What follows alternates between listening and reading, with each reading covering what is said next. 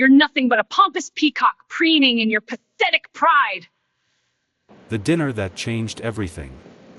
Natalie Harper sat at the grand dining table in the Kane family mansion, her hands folded neatly in her lap. The chandelier above sparkled like 1,000 diamonds, but its light felt cold against her skin. Around the table sat Victor Kane's family, each face wearing expressions that ranged from boredom to barely concealed disdain.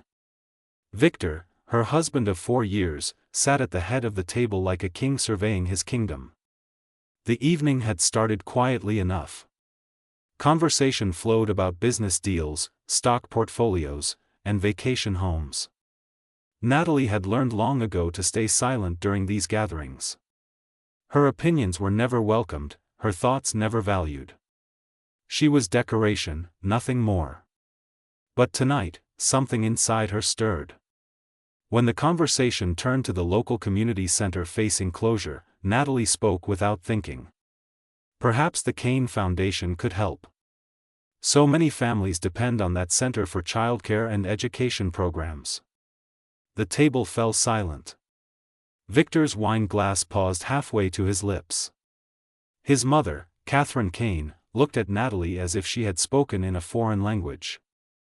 His brother, Richard, smirked behind his napkin. The storm unleashes. Victor set down his glass with deliberate slowness. Did you just suggest how I should spend my foundation's money? Natalie felt her throat tighten. I simply thought it might be a worthy cause. You thought. Victor's voice grew louder. You thought. That's your problem, Natalie. You think you have the right to opinions in matters you know nothing about. He stood, towering over the table. Natalie's heart hammered against her ribs. She had seen Victor angry before, but never like this. Never in front of his entire family. Let me make something clear to everyone here, Victor announced, his voice echoing through the dining room. My wife seems to have forgotten where she came from. Let me remind her.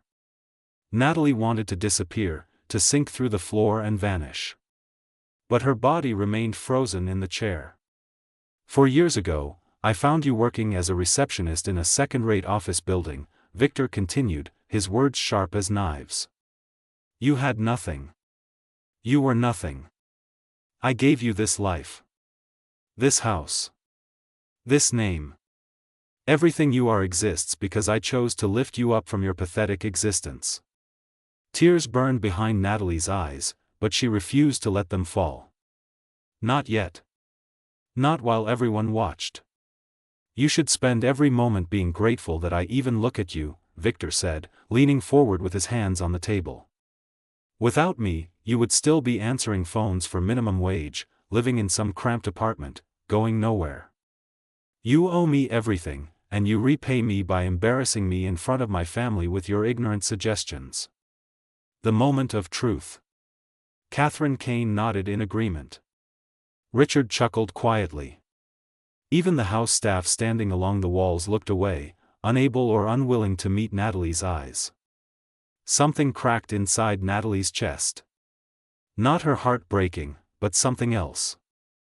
Like walls she had built around herself crumbling away. For 4 years, she had made herself small. She had swallowed her words, dimmed her light, erased her personality to fit into Victor's world. She had believed that love meant sacrifice, that marriage meant surrender. But this was not love. This had never been love. Slowly, with trembling hands, Natalie placed her napkin on the table and stood. Her legs felt weak, but her resolve felt strong. Excuse me, she said quietly. Sit down, Victor commanded. We're not finished. I am finished. Natalie's voice was soft but steady. I am finished with this dinner, this house, and this marriage. The dining room erupted in shocked murmurs. Victor's face turned red. You walk out that door, and you have nothing. No money, no home, no future. You'll come crawling back by tomorrow, begging me to forgive you. Natalie looked at her husband, really looked at him, perhaps for the first time in years. She saw a man who needed to control others to feel powerful. A man who mistook fear for respect and ownership for love. "I would rather have nothing and keep my soul than have everything and lose myself," Natalie said. She walked toward the door, each step feeling like breaking free from invisible chains. The first night of freedom. The apartment was small and tired, tucked away in a neighborhood far from the Kane mansion's manicured perfection. Natalie's Aunt Rose had left it to her 3 years ago, but Victor had insisted they keep it empty, calling it a waste of time to manage. Now Natalie understood. Some part of her had always known she might need an escape. The key still fit. The door opened with a creak. Inside, dust covered the old furniture, and the air smelled stale. But it was hers. Completely, truly hers. Natalie sat on the worn couch and finally allowed herself to cry. Not delicate tears, but deep, shaking sobs that came from years of suppressed pain. She cried for the woman she had been, for the dreams she had abandoned, for the voice she had silenced. When the tears finally stopped, dawn light crept through the windows.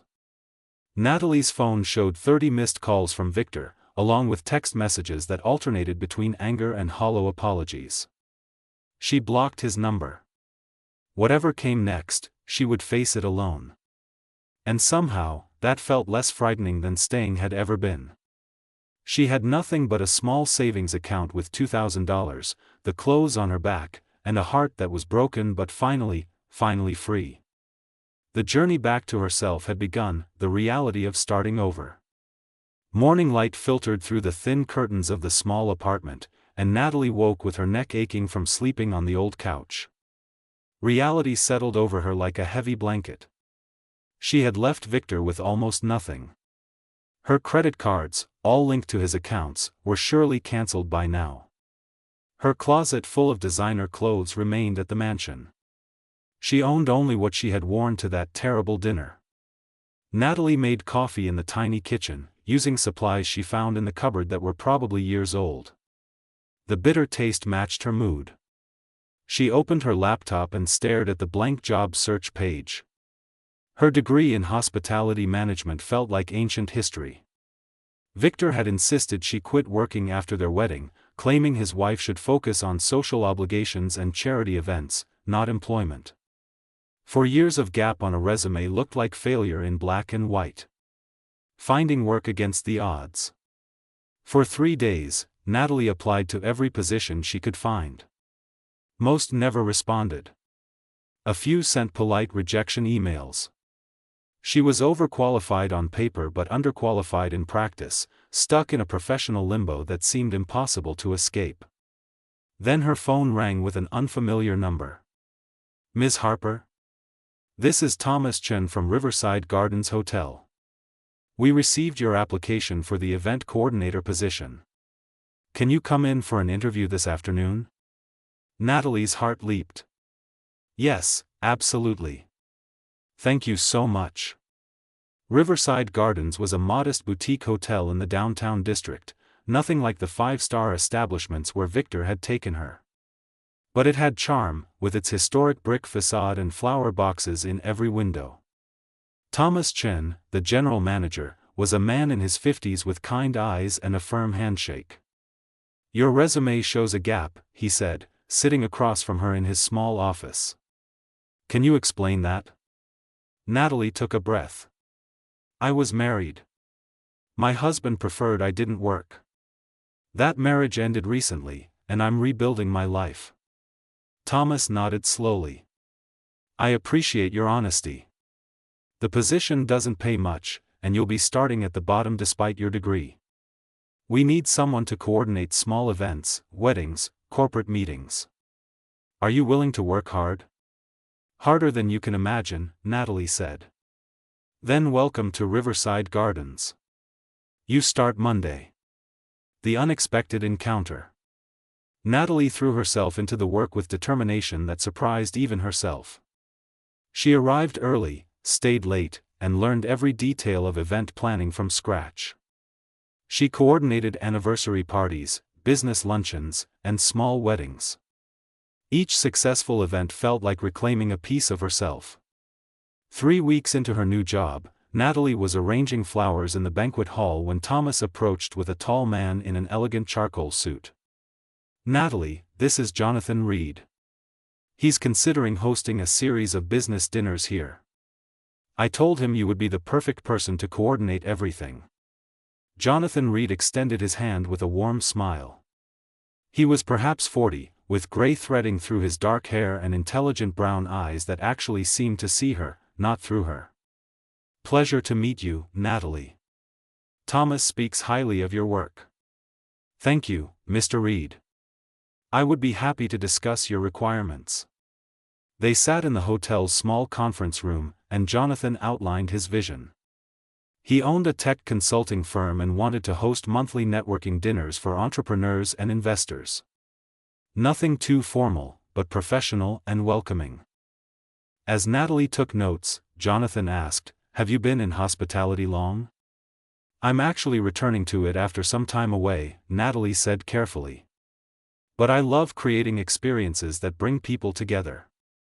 "That's what matters most," Jonathan said. "Experience is valuable, but passion and dedication are irreplaceable." The ghost that would not rest. Over the following weeks, Natalie coordinated Jonathan's first dinner event. She selected menus, arranged seating to encourage conversation, and ensured every detail reflected the professional yet warm atmosphere he wanted.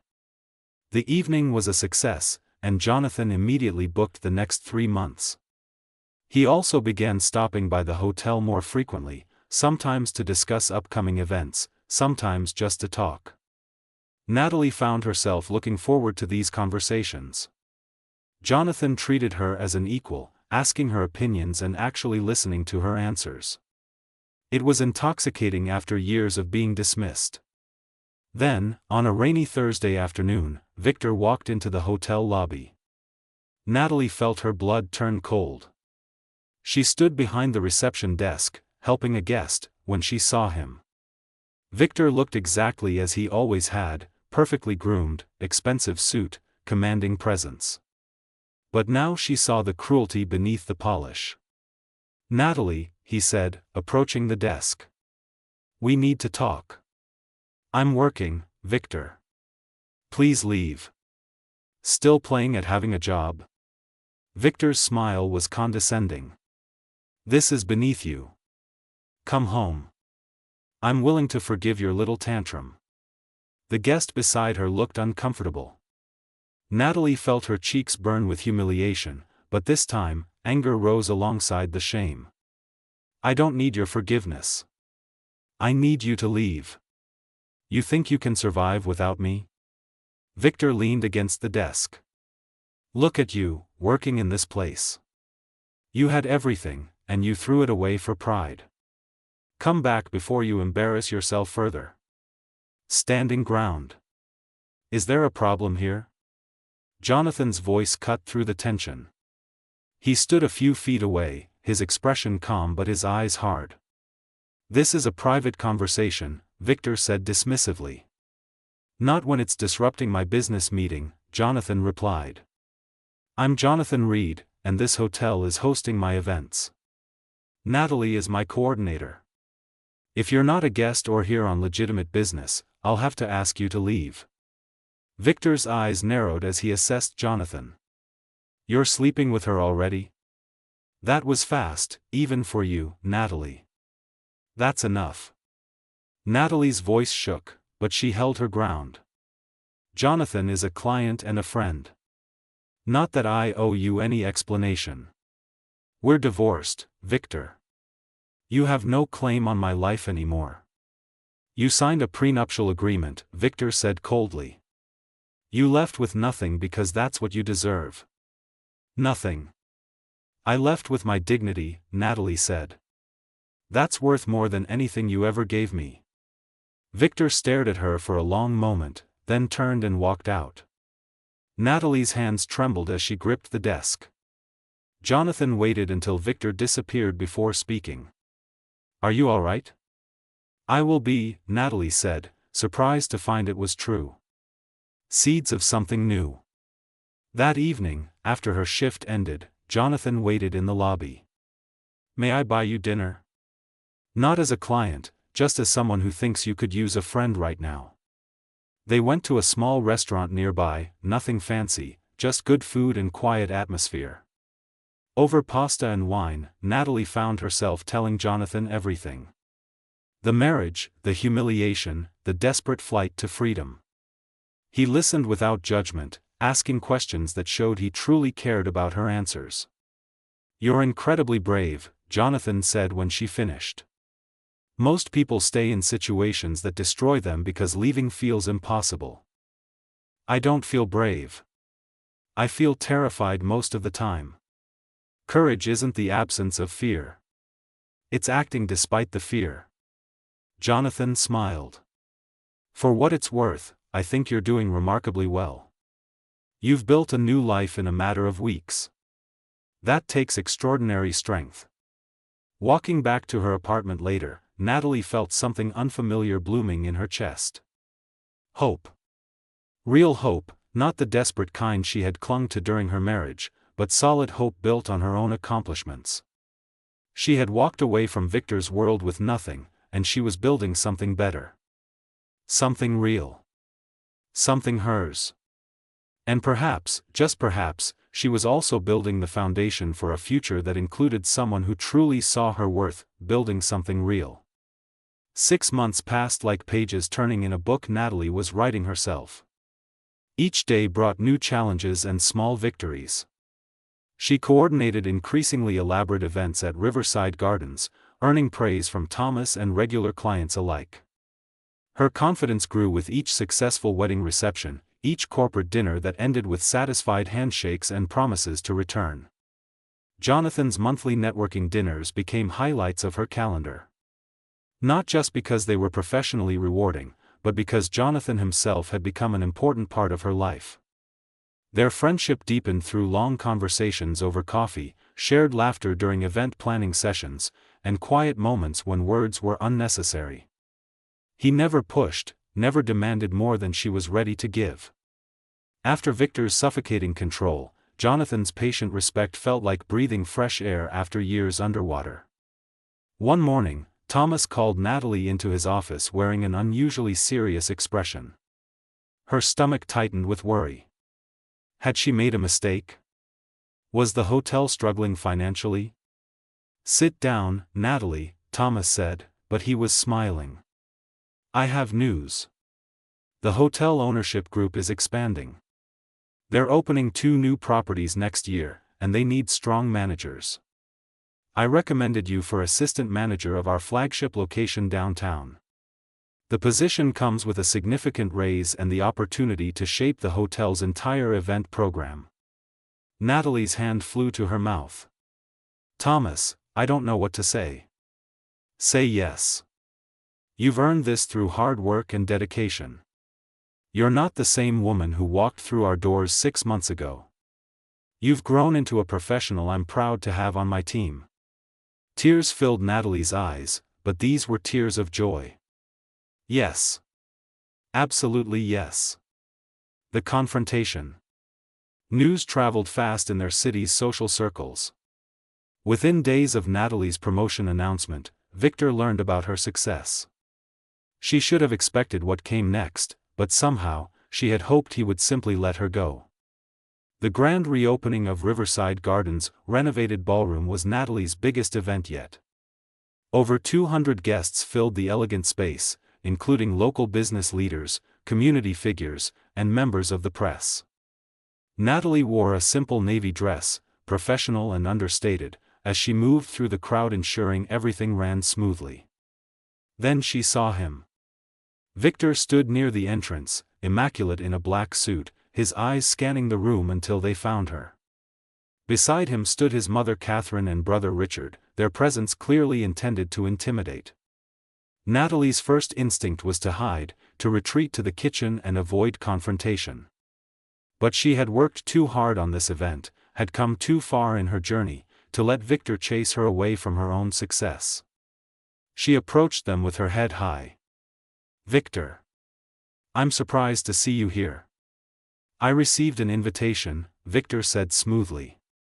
The Kane Foundation is always interested in supporting local businesses. Though I must admit, I was shocked to learn my ex-wife was involved. Playing event planner now, are we? I'm the assistant manager, Natalie said calmly. And this isn't playing. It's my career. Catherine Kane sniffed disdainfully. How the mighty have fallen. From the Kane family to arranging parties for nobodies. These nobodies are respected business owners and community leaders, Natalie replied. People who built their success through honest work, not inherited wealth. Victor's smile hardened. Still bitter, I see. Tell me, Natalie, do you enjoy your little apartment? Your modest paycheck? You could have had everything, but you chose poverty and pride instead. True colors revealed. Is there a problem here? Jonathan appeared at Natalie's side, his presence solid and reassuring. With him stood Thomas and several prominent guests, including Mayor Patricia Foster and tech entrepreneur David Liu. No problem, Victor said, his tone dripping with false courtesy. Just catching up with my ex-wife.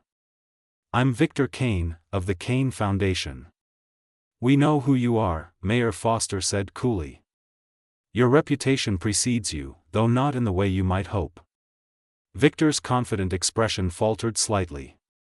David Liu stepped forward. I was at a charity dinner last year where you publicly berated a waiter for bringing the wrong wine. Very enlightening display of character. I pulled my company's donations from your foundation the next day. As did several others, Thomas added. Word spreads in business communities about how people treat those they consider beneath them. Natalie watched Victor's face redden with anger and embarrassment. For the first time, she saw him as others saw him, a bully whose power came from money and intimidation, not genuine respect or accomplishment. Natalie, on the other hand, has earned real respect, Jonathan said, his voice carrying across the growing crowd of onlookers. She coordinates events with grace, treats everyone with dignity, and works harder than anyone I know. She took a difficult situation and transformed it into opportunity through courage and dedication. He turned to Natalie, and something in his eyes made her breath catch. She's also one of the most remarkable people I've ever met. Watching her rebuild her life has been inspiring. How touching, Victor sneered. The corporate consultant playing white knight for the help. Actually, Jonathan said calmly, I was hoping to speak with Natalie about something important. Privately. Choosing herself first. Jonathan led Natalie to the hotel's rooftop terrace, away from the party and prying eyes. The city lights spread below them like scattered stars, and cool evening air washed away the tension of the confrontation. I'm sorry about Victor, Natalie said. He had no right to come here and make a scene. He's jealous, Jonathan said simply. He sees what you've accomplished without him, and it threatens everything he told himself about your relationship. What did you want to talk about? Jonathan took a breath, and Natalie saw nervousness in his expression for the first time since they met. These past months, getting to know you, watching you discover your strength, it's been the best part of my days. You're brilliant, kind, resilient, and beautiful in ways that have nothing to do with appearance. Natalie's heart hammered against her ribs. I know you're still healing, Jonathan continued. I know trust doesn't come easily after what you experienced. But I need you to know that I care about you deeply. Not as a client, not as a friend, but as a man who has fallen completely in love with a woman who inspires him every day. Tears streamed down Natalie's cheeks. Jonathan, I don't know if I'm ready. Then I'll wait, he said gently. However long it takes. Because you're worth waiting for. Natalie looked at this man who had shown her nothing but respect, patience, and genuine care. She thought about the past 6 months, how she had rebuilt herself piece by piece, rediscovered her voice, reclaimed her worth. She had learned to stand alone, to value herself independent of any relationship. And maybe that was precisely why she could now consider opening her heart again. I'm not the same woman who left Victor, Natalie said slowly. I'm still figuring out who I am, what I want from life. I need to keep growing, keep building my career and independence. I would never ask you to be anything other than yourself, Jonathan said. Your strength, your independence, your determination, those are the things I love most about you. Love that liberates. Natalie stepped closer, her decision crystallizing with perfect clarity. Then maybe we can figure this out together. Slowly. As equals. Jonathan's smile lit up his entire face. He cupped her cheek gently, asking permission with his eyes before kissing her softly. The kiss was nothing like the possessive claims Victor had made. This was tender, respectful, full of promise and possibility. When they returned to the party, Victor and his family had left. The event continued successfully, guests mingling and praising the beautiful venue and excellent coordination. Natalie moved through the crowd with Jonathan at her side, not as her rescuer or her owner, but as her partner. Later, as she locked up the ballroom and reviewed the evening's success, Natalie realized something profound. She had not needed Jonathan to save her. She had saved herself. The job, the promotion, the rebuilt life, those were her accomplishments.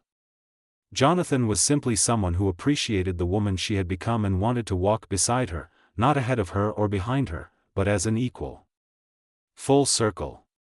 3 months later, Natalie stood in her new office at the flagship Riverside Gardens downtown. The space was small but elegant, with a window overlooking the city. Photographs covered one wall, successful events she had coordinated, her team of event planners she now supervised, a picture of her and Jonathan at a charity gala where they had volunteered together. Her phone buzzed with a message from an unknown number.